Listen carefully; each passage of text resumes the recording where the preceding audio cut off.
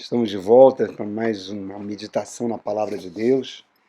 Nós vamos meditar em passagem de 3 capítulos do livro de Crônicas, que eu convido que você depois leia na sua casa.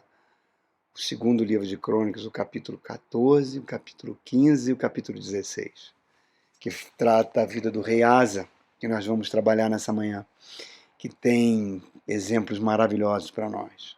E o título da nossa mensagem é Enfrentando os Zarais, ou outra palavra, os Zerais da vida. Zerá é o nome de um rei etíope que vai contra o rei Asa. Então isso serve de motivação para o título da nossa mensagem. Então, nesses 3 capítulos de Crônicas, você vai encontrar verdades espetaculares. Nós vamos estar abordando algumas delas, tá? Porque nós, irmãos, sempre nós vamos estar passando por situações que nós não sabemos como resolver. Vão além da nossa capacidade, além das nossas forças, porque às vezes a gente não tem experiência com aquele problema que surgiu, não temos uma autoconfiança para enfrentá-los, porque ouvimos mensagem na nossa infância que a gente não servia para nada, não prestava para nada, não faz nada direito, né? E isso penetra no nosso inconsciente, paralisa nossas atitudes, porque nós muitas vezes assumimos essas mentiras como verdade. Ou então o oposto. Achamos que podemos resolver com a nossa própria força, com a nossa própria capacidade, porque alguma situação parecida no passado a gente foi bem sucedido e a gente acha que pode usar a mesma metodologia que deu certo no passado, mas diante desse problema novo não vai funcionar. Então, o pior de tudo, a gente pode ficar cego para a realidade e as pessoas que nos cercam estão vendo que nós estamos tomando atitudes que podem estar nos empurrando para o precipício, nos alertam, mas a gente se acha o dono da verdade e continua fazendo. A Bíblia é muito realista, irmãos. No livro de Provérbios tem muitas passagens lindas que alertam sobre esse tipo de atitude. Em Provérbio 14, verso 12, diz que tem caminhos ao homem que podem ser bons, mas muitas vezes levam para a morte. E várias outras passagens que falam que a pessoa se torna uma tola quando ela confia estritamente no seu coração. Jesus Cristo é muito enfático quando ele fala: sem mim nada podereis fazer. Porque a vitória de Jesus sobre a morte, irmãos, você que entregou a sua vida a Jesus, você que está andando com Cristo, a vitória sobre a morte nos capacitou a enfrentar qualquer situação. Inclusive o poder terrível que nos assedia diariamente, o poder do pecado, né? Um poder tão terrível que o próprio Filho de Deus teve que vir morrer naquela cruz para que nos capacitasse a não sermos mais escravos pelo pecado. Então, repare, todas as grandes vitórias dos homens e mulheres de Deus, que estão narradas na Bíblia, eram pessoas com muitas limitações como nós, mas foram possíveis porque eles caminharam pela fé. Você vê lá Josué tomando a cidade de Jericó, uma cidade inexpugnável, pela fé. Você vê Esther conseguindo convencer o rei Assuero a não exterminar o povo judeu pela fé. Você vai vendo as pessoas que foram, aquelas dezenas de pessoas beneficiadas por Jesus, que estão narradas nos evangelhos. Tudo aconteceu por meio da fé. E a Bíblia nos diz que Jesus é o mesmo ontem, é o mesmo hoje e o será para sempre. Quer dizer, o poder do Cristo. O Cristo fala: não vos deixarei órfão. O poder do Cristo, pela presença do Espírito Santo em nós, continua disponível para nós. Então, nós precisamos entender que, mesmo que a gente passe por dificuldades, mesmo que a gente tenha um pensamento infantil, de achar que Deus se esqueceu de nós, isso não é verdade, irmãos. Não é verdade. Deus nunca vai se esquecer de nós. Deus está muito ocupado, está fazendo uma estrela no céu para se preocupar com minha vida, não. Ele diz que o seu nome está gravado na palma da mão dele e que ele jamais se esquece de você. Ele move céus e terra a seu favor, sempre porque ele tem um coração e quer sempre nos abençoar. Agora, aquilo que eu falo desde a primeira pregação que eu fiz como pastor há mais de 15 anos atrás, nós estamos em aliança, aliança com o Senhor, e aliança pressupõe compromissos, contrapartida da nossa parte, certo? Temos muitas vezes que agir conforme Ele quer que nós vivamos, caminhemos com Ele, para que o Espírito Santo possa trabalhar em nosso coração.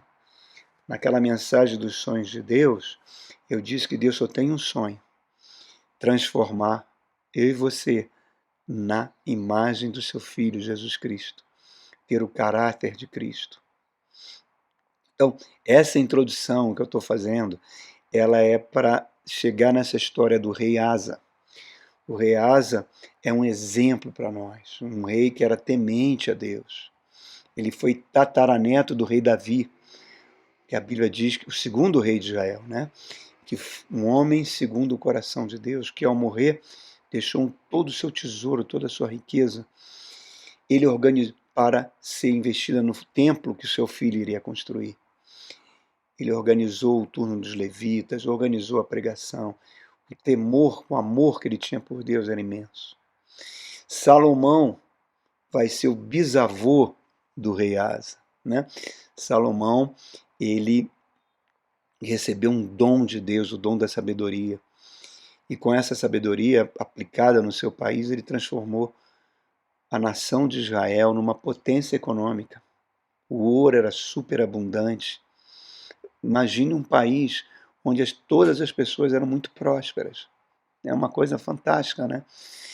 Mas no final da sua vida de Salomão, ele se envolveu com muitas mulheres.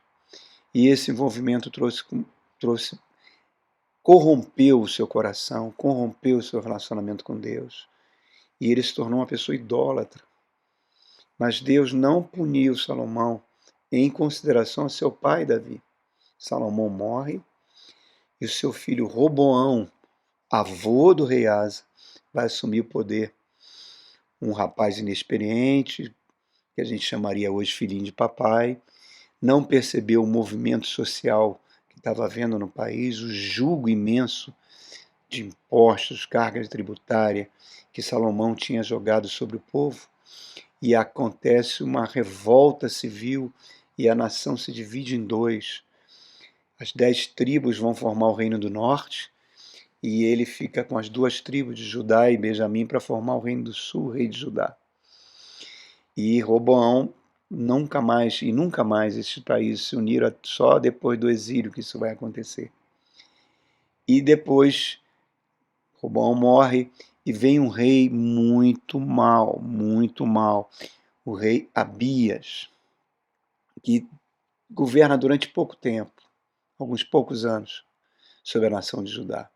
Abias morre e vai ao trono o rei Asa, que tem o mesmo coração que o seu tataravô Davi tinha. Um rei que pega o país arruinado, sucessivas guerras, violência no campo, violência social. Você pode ver no livro de Crônicas que o profeta Azarias fala com o rei que o reino estava infestado de bandidos, de assaltantes, crimes, violência. E o rei Asa, ele faz uma purificação da nação. Ele tira toda a idolatria, todos os postes ídolos, onde haviam as prostitutas sacerdotais, faziam bacanais em honra a deuses que não são deuses, né? Em honra a demônios territoriais que habitavam na Palestina até antes de Israel. E ele acaba com isso, termina com isso, ele dá um basta nisso, tá? E volta a incentivar, busca o Senhor, busca a lei do Senhor, serve de exemplo para o povo. E essa é a primeira lição que o rei Asa nos traz. Ele, ao brecar aquela onda terrível que estava avançando sobre o país de pobreza, de idolatria, de violência, e fala: não, agora nós voltaremos aos caminhos do Senhor. Tira Satanás completamente do reino de Judá, né? E a nação volta a ter paz, segurança e prosperidade. Primeira lição: a herança que o rei Asa recebeu do seu avô, do seu pai, foi péssima, péssima. E ele fala: chega, a partir da minha vida, a partir os meus filhos serão abençoados, a minha família será abençoada. O que nós fazemos com a herança que recebemos, irmãos? Às vezes, pais muito ricos, né? Tem filhos, depois que os pais morrem, tem filhos que destroem a herança. Outros não, até multiplicam a riqueza que receberam dos pais. Mas a principal riqueza que nós podemos deixar para os nossos filhos, irmão, é o temor a Deus. Os meus pais não me deixaram, quando faleceram, eram muito pobres, não deixaram bens materiais, mas me deixaram um caráter, como exemplo, o caráter dele, e o temor de Deus. Asa recebeu uma herança que ia desgraçar o seu futuro, ia desgraçar os seus descendentes, como estava já desgraçando a nação. Ele buscou o Senhor e mudou a história. Ele disse: a partir de mim, basta, basta. Aqui a história de violência, de corrupção familiar acabou. Tanto é que seu filho Josafá será muito abençoado. Aquele ciclo de dor, de derrotas, né, foi interrompido. A ação que Satanás tinha sobre a nação foi interrompida. Ele chegou ao ponto, você pode ver no capítulo 15 de Crônicas, segunda crônica, ele destituiu a sua avó, esposa de Robão, que tinha o título de rainha mãe, Maaca era o nome dela, que tinha colocado postes ídolos com cultos de orgia. Ele destituiu ela do cargo de rainha mãe e destruiu tudo aquilo. E Deus aprovou a reforma que Asa fez.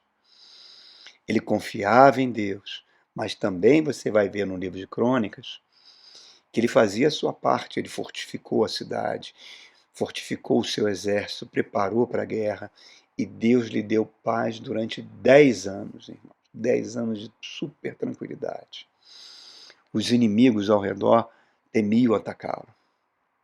Aí surge o rei, um rei etíope, o rei Zerá, que é o título da nossa mensagem, enfrentando os Zerás da vida.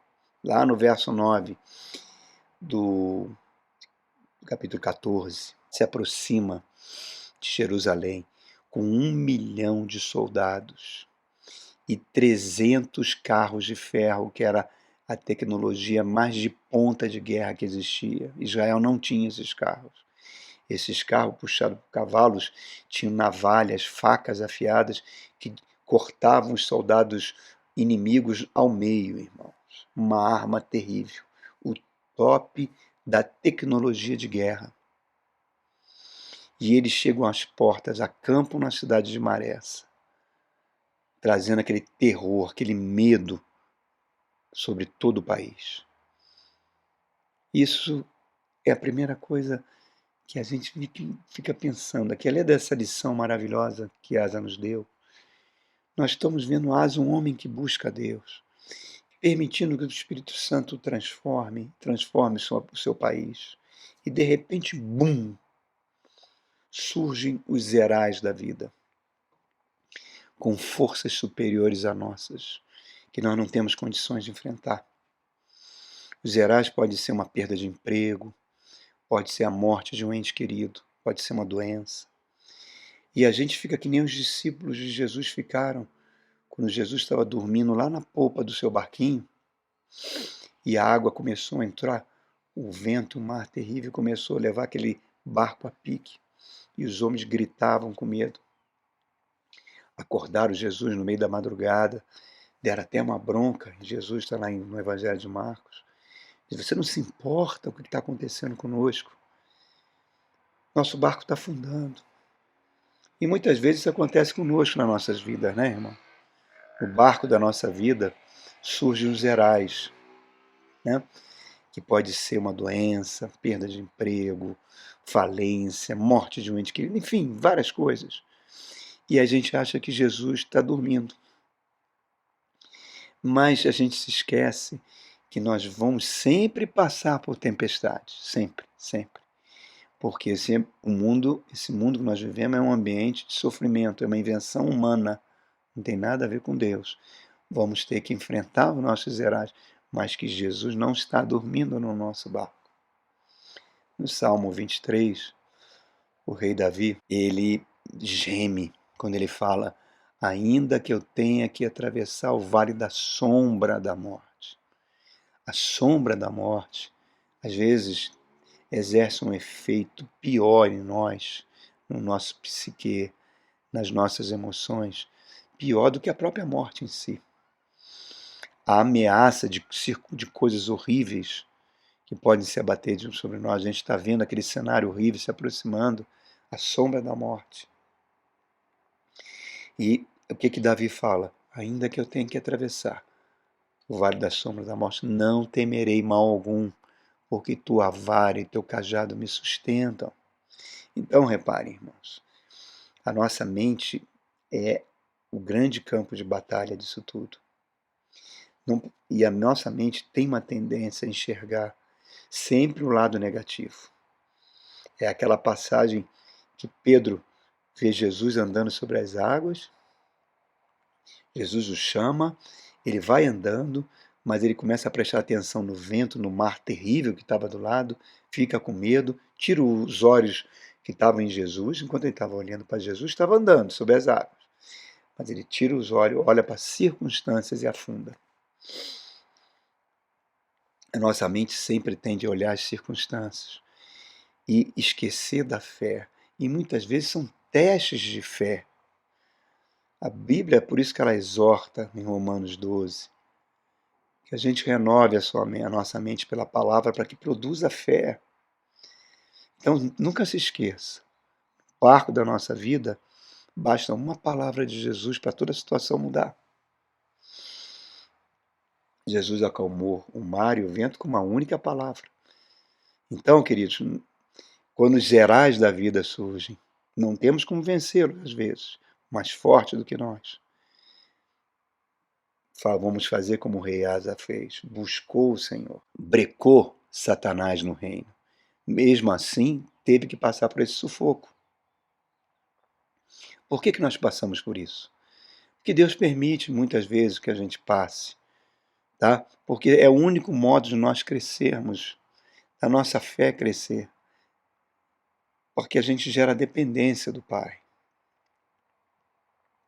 O medo e o terror se aproximaram de Asa, todos olhando para ele. É o líder. Você expulsou os idólatras, você destituiu a rainha-mãe. Cadê Asa, o teu Deus? O que adiantou você fazer tudo isso? Né?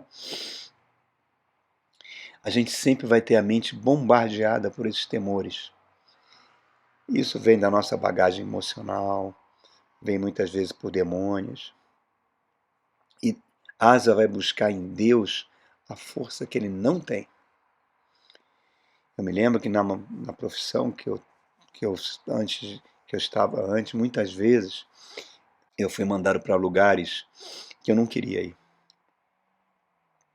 Lugares que a minha carreira, segundo outras pessoas, seriam interrompidas, seriam sepultadas.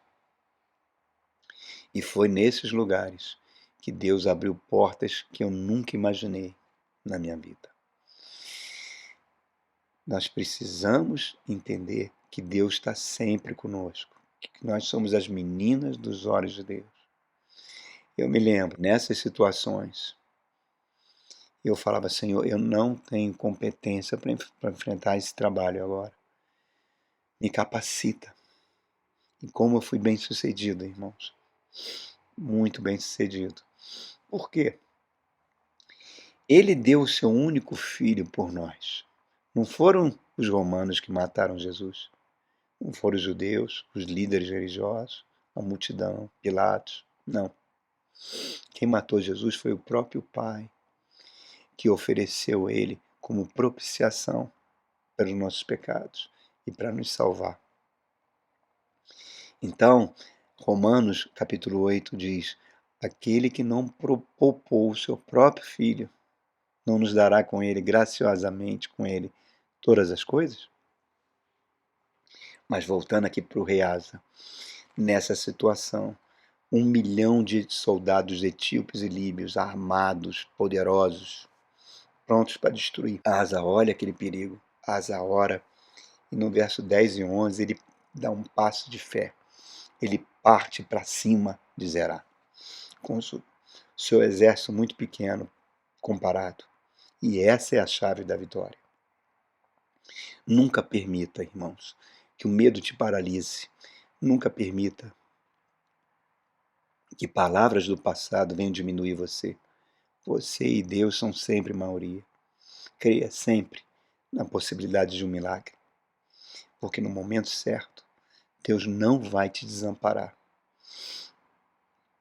Vai restaurar a sua reputação, vai restaurar a sua alma. Nosso espírito já está restaurado. Então não se precipite, não se desespere. E no verso 11, o rei Asa ora, reconhece sua fraqueza, e aí quando ele reconhece, ele está pronto para experimentar o poder de Deus na sua vida. O que acontece? Do verso 13 ao 15, diz que o Senhor destruiu os exércitos de Zerá. Os etíopes e os líbios foram derrotados. Houve um grande despojo, provando o amor de Deus. Então, às vezes é assim, irmão. A gente pode não entender as tristezas, decepções, fracassos, né? Estamos passando. O rei Asa, um rei marcado pelo temor e reverência por Deus, zelo com a casa de Deus. Seu filho Josafá vai passar pelo mesmo problema depois com outros exércitos maiores e vai pedir enfrentar esses exércitos carregando a arca da aliança apenas, e Deus vai destruir esses exércitos. Agora, independente de tudo isso, né, dessa confiança em Deus, toda vez que nós confiarmos em Deus, nós vamos enfrentar os Zerás da vida. Agora, na mensagem final, eu quero falar de um Zerá sutil, perigoso, implícito, que está dentro de nós. Um inimigo muito forte. Se você continuar lendo ali no capítulo 15, você vai ver que Asa continua buscando a Deus e tem 30 anos, irmãos, 30 anos de paz e prosperidade. O profeta Azarias já tinha morrido. No 36º ano, ele sofre uma ameaça de um exército muito pequeno, nem comparado com aquele que ele enfrentou. O rei Baasa, o rei de Israel, vem contra ele. E ele fica com medo. Não busca o Senhor. Não buscou mais. Então, depois de 35 anos, tendo paz, sofre uma ameaça muito inferior. Não busca o Senhor. Pega o dinheiro do templo, tesouros do templo, e faz uma aliança com o rei ímpio da Síria, Ben-Hadad, para que Ben-Hadad o protegesse das ameaças do rei Baasa. Deus levanta um profeta chamado Hanani, lá no capítulo 16. E Hanani vai repreender o rei. Olha, rei, você perdeu a sua confiança em Deus, você parou de buscar o Senhor, você prosperou. Você achou que era pelas suas próprias capacidades e não enfrentou. E agora, com essa ameaça que surgiu, você vai fazer uma aliança ímpia com o rei da Síria, que tem um exército que poderia você derrotá-lo e ser um exército que nunca ia perturbar você. Tirou o tesouro do templo, dá para ele.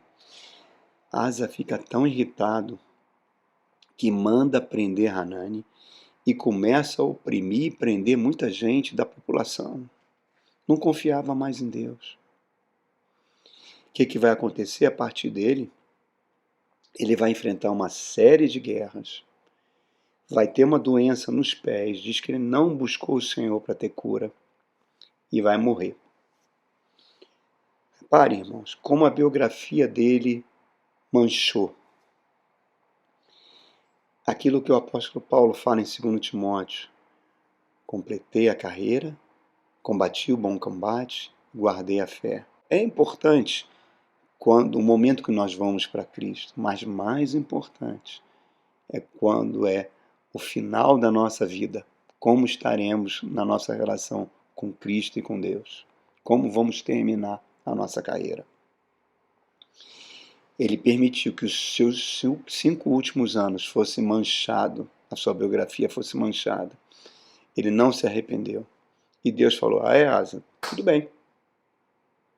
Dá por sua conta e risco. Já pensou se Deus fala isso para nós, irmãos? Isso, irmãos, é algo muito comum no nosso meio. As palavras do apóstolo Paulo serão que serão as nossas? Combati o bom combate, completei a carreira, guardei a fé? Ou iremos responder as palavras que Jesus falou quando ele voltar? Encontrarei fé na terra? Porque a sua igreja vai estar com a fé cada vez mais diluída e contaminada. Esse processo de distanciamento de Deus não acontece do dia para a noite, é sutil. A gente não vai trazendo as memórias, as bênçãos diárias que Deus faz nas nossas vidas. Paramos de ler a Bíblia, paramos de ir aos cultos, e sem dar conta, irmãos, o nosso coração vai ficando duro e se cada vez mais se aproxima do mundo que jaz no maligno. Será que no final da nossa vida Deus vai se decepcionar conosco? Como se decepcionou com Asa? Porque na caminhada cristã importa como nós vamos terminar. Deus tirou a mão de proteção sobre Asa. Confiava na sua sabedoria e na aliança que tinha com o mundo. Aí inverteu tudo, perdeu tudo. Deus derrotou 1 milhão de soldados e poucos soldados foram suficientes para ir destruindo a nação de Israel nos anos seguintes. Esse é o problema desse zerar que habita dentro de nós, o zerar da soberba, da autoconfiança, de achar que somos abençoados pelos nossos talentos, pelas nossas capacidades, pela nossa conta bancária, pelo nosso emprego. E aí isso vai minando a gente. Isso vai minar a nação de Israel no futuro até, com 2 exceções, Josafá e Josias, só terá reis terríveis que vão lhe destruir o país e levá-lo para o exílio. Asa mudou o seu coração. O zerar interno dele foi mudando o seu coração. A soberba foi mudando, como muitos crentes estão mudando. Acham que a aliança com o mundo é mais vantajosa, é mais interessante. E se esquecem que a aliança com o mundo vai fazer você entregar os seus tesouros do seu tempo. Aquilo que eu falei na mensagem do sonho meu, a gente tem que ter muito cuidado para não apagar o Espírito Santo que habita em nós. Como fosse aquela chama de fogão poderosa que tem tudo para fazer a gente um grande vencedor. A presença do Espírito. Mas a gente vai fechando, como se fosse fogão, a gente vai fechando o gás. E a chama vai diminuindo. Ele tem o poder para fazer tudo, mas ele respeita as nossas escolhas. E aquilo que a Bíblia fala, amizade com o mundo, inimizade com Deus. Nós vamos permitindo que o zerar da soberba, da autoconfiança cresça e vai nos afastando de Deus. Nós precisamos, irmãos, voltar para o primeiro amor. Pedir ao Pai: Senhor, me ajuda a ser fiel até o final da jornada. Essa deve ser a nossa oração. Deus te abençoe, irmão. Amém.